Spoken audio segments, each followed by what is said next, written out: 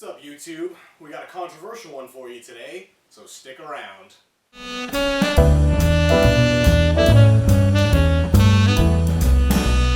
Alright folks, welcome back. So I said this was going to be a controversial one, so let me explain. Now, there's been a lot of contesting back and forth nowadays about who has the best chicken sandwich. These cats. Anyways, so the debate is between the ultra-religious boys and the ones that are named after that sailor that has big forearms. And they keep saying left and right, oh, this one's better, everyone's selling out. But I'm here to tell you that the best one you're going to get is made right here in your own kitchen. So, without further ado, we're going to jump right in. Now, the first key to any amazing chicken sandwich is an amazing coleslaw to go on it. So, we're going to start that off with two different types of cabbage. We got purple, and we got green, and a screaming cat. So we're going to go ahead and cut these in half and devein. Take your knife at a 45-degree angle, go straight through in that root. Same thing on the other side, go straight through, and that whole heel is just going to come right out. Enough! And cut that into thin strips. Now for me specifically, I only have two people, so I'm not going to use a ton of cabbage. I'm only going to use half of each of these, but you can scale up if you need to.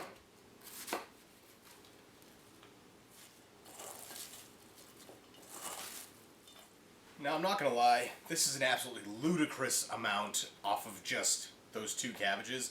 So I would highly suggest with those other two cabbages you make something like a sauerkraut or something. I'm going to put a link above.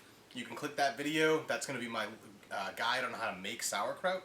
So I'm going to go ahead and make the sauce for this coleslaw. And I think that's the most important thing when you're making a coleslaw. Most places I go to, it's like this sweet, nasty, flavorless, it's just terrible. And I'm telling you right now, a good coleslaw doesn't have sugar. Oh, ew. So we're going to make like a more tangy, kind of vinegary, really delicious coleslaw. So first thing we're going to need is mayonnaise. Now, this is a CAINS family. None of that Hellman's crap. A CAINS is way tangier. I don't know what they add into it to make it a little bit different, but I think it's way better. So we're going to use half a cup of CAINS mayo. And to that half a cup, we're going to add about a teaspoon, maybe a little bit more of salt. And add half a teaspoon of oregano, or we'll do a full teaspoon of oregano. Full teaspoon of garlic powder. And then we're going to use a full teaspoon of lemon pepper seasoning. I really like lemon pepper seasoning. It's a little bit spicier, a little bit tangier. And then to that, we're going to take half of a lemon.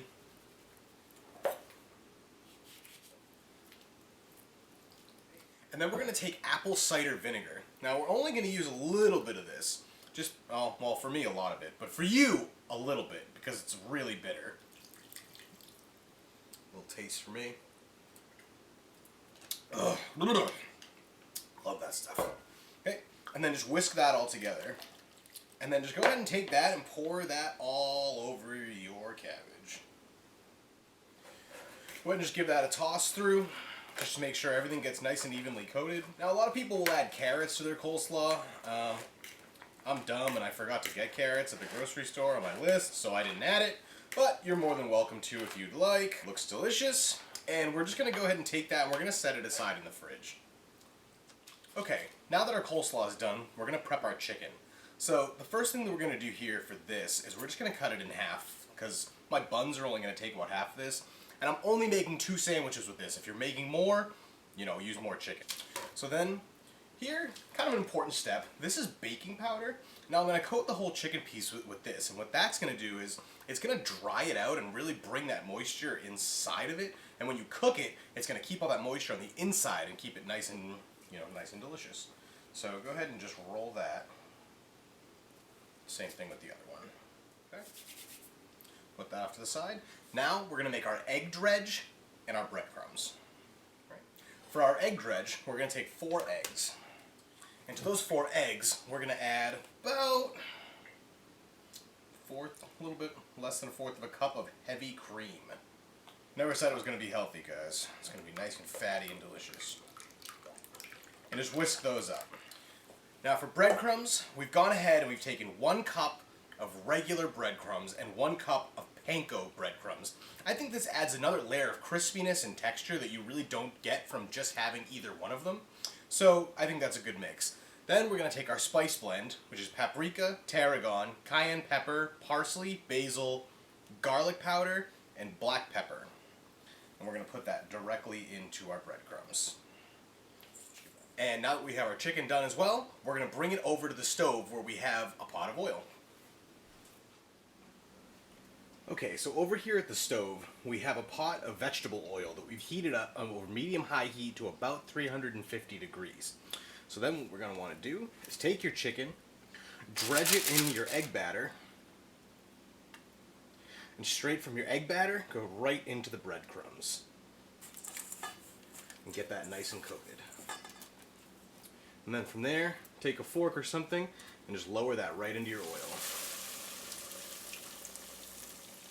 Make sure while you're cooking this that you flip your chicken over just so one side doesn't get cooked too much. Look at that nice golden brown color.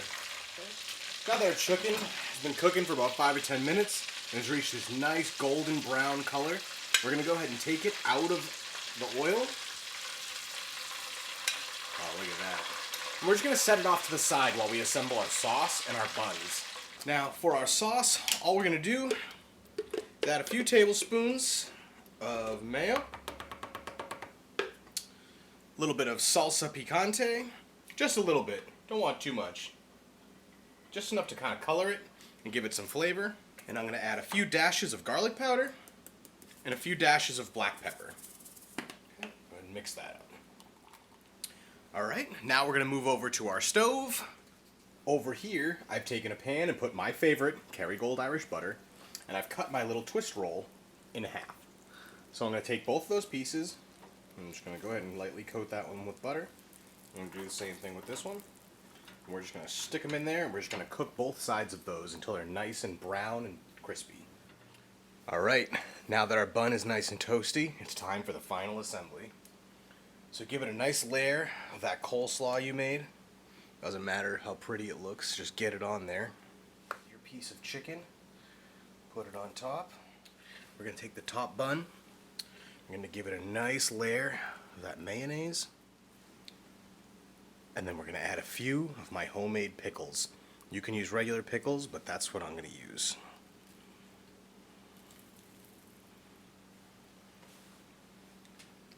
Wow. Look at that, people. Absolutely amazing. I can't even wait to try this. This looks so good. And that's all there is to it, folks. Listen, from the bottom of my heart, I want to thank you all for watching. If you like what you saw, head on down below, hit that subscribe button, give it 2 big thumbs up, ring that dinner bell for notifications. Check us out on Instagram at @theallright_chef. Only one thing left to do, and you know what it is. Give this bad boy a try.